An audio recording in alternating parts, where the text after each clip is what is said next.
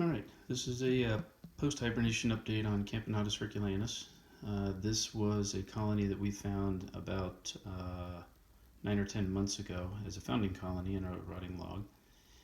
Log broke in half, and we found this and a pen at the same time. And the pen's doing good too.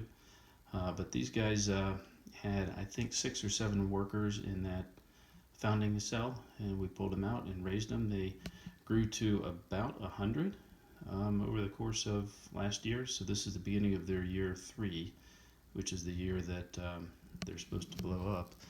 I just fed them, so they have lots of fruit flies in there. Can't really see it there, but you can see it here. And there's a lot of activity because they are going out there and gobbling them up. And the really cool behavior that I've noticed is I put, I don't know, maybe 100 fruit flies in there, and the ladies are grabbing them up, killing them, and then dropping them right here. And then other workers are coming out the tube and getting them. So it's like a fireman's bucket brigade. So the ones on the outside are hunting as if they think a food source is temporary. They're killing them while they can, bringing them back and dropping them and going right back out to get another one. And they've gotten dozens of them already. And then these ladies come out the tube and we'll pick them up and carry them back. And part 2 of this is they bring them into the nest and drop them in a pile like that. So they stockpile them there, and then those ladies run back out the tube and pick up some more from the outworld. So there are workers assigned to the outworld, workers assigned to the tube, and then workers assigned to the stockpile inside. And I presume that they are then taking them over to the brood cell, which is right here.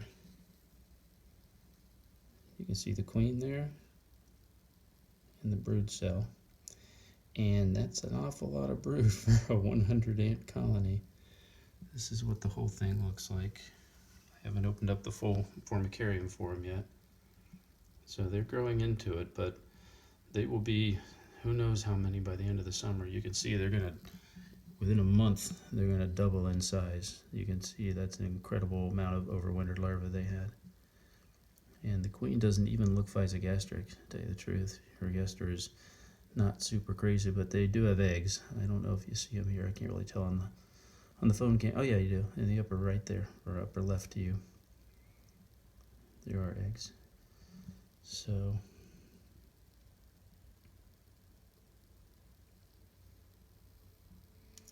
that is the stockpile. So that's a very interesting behavior. I mean, we know that ants have the age of the worker determines how much time they spend inside the nest and outside the nest. But it seems like you have outside workers, like guards in the tube that are shuttling them back and forth, and then workers that stay inside and distribute the food to the larvae. And I don't know if they've done that yet. I just fed them, so they may not have gotten it over to the larvae yet.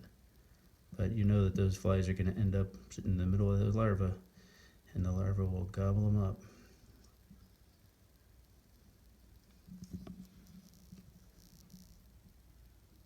There's, see, all 3 of those have one in their mouth, and they're all 3 bringing one back. And then there's a 4th one right behind them. And I see she's pausing to kill it a little bit more. See her spraying it, curled up and spraying it. And then when they're going this direction, they're empty. So you go in this direction, they're full. It's really cool. At any rate, so there are about 100 workers. And the formicarium is set up as is typical. It's wet on this side, and there's the heating cable on that side. So this corner of the nest is the hot and wet part, and that's where they've decided to put their larvae. Surprise, surprise.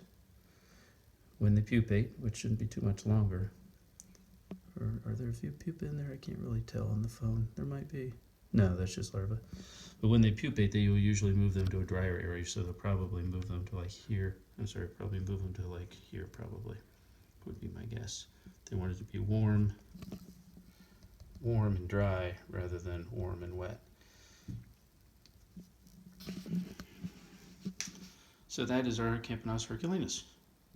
Bye.